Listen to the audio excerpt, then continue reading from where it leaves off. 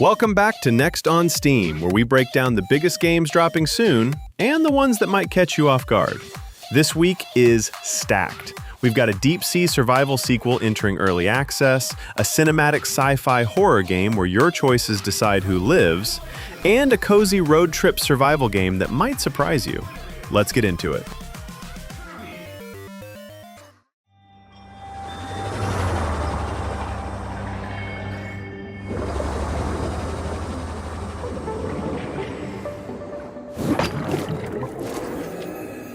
All right, first up, Subnautica 2 entering early access May 14th from Unknown Worlds Entertainment.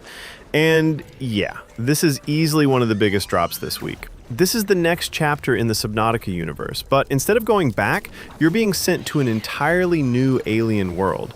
You're part of this colony mission, basically humanity trying to expand beyond Earth, but something goes wrong during the journey. The ship's AI pushes the mission forward anyway, and you end up stranded on this ocean planet that clearly does not want you there. And that's where the mystery kicks in, because Subnautica has always been more than just survival. It's about uncovering what happened before you got there. Ancient alien structures, abandoned ruins, massive creatures, and usually something that went very, very wrong. This time, you're not just surviving.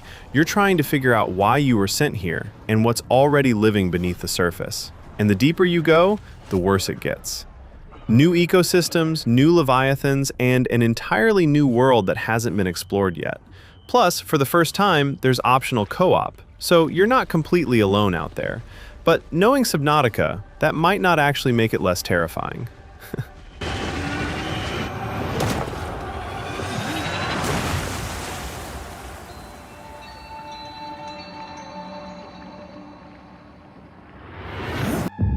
It's me! You gotta let me in! They're right behind me! Open the fucking door! As Subnautica has you exploring an alien ocean, Directive 8020 has you questioning your own decisions on an alien planet, dropping May 12th from Supermassive Games. Directive 8020 feels like a full-on sci-fi horror movie that you're controlling. You're on a deep space colony mission heading toward Tau Ceti. Earth is failing, and this ship is meant to be humanity's last hope. But when the Cassiopeia crash lands, the crew quickly realizes something is already on board with them. A shape-shifting alien organism starts infiltrating the ship, and it doesn't just kill people, it replaces them. And that's when everything starts to break down. People you trusted start acting slightly off. Conversations don't line up. And every room you walk into feels just a little bit wrong.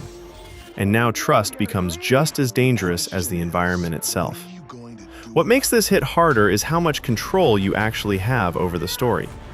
There's a new turning point system, which lets you revisit major decisions and try different outcomes instead of being locked into one timeline. But instead of making it easier, it makes every choice feel heavier, because now you know what you could lose if you change it. So instead of one run being final, you're constantly thinking about what you should have done differently. And they're also adding multiplayer into the mix. You can play solo or go through it in local co-op for up to 5 players, where everyone takes control of different crew members. Online co-op is planned after launch as a free update. But even with all that, it doesn't reduce the tension. It spreads it.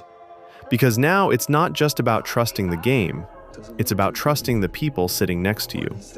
And in space, that might be the most dangerous part of all. It's like my body's going one way and my mind's going another. What is that?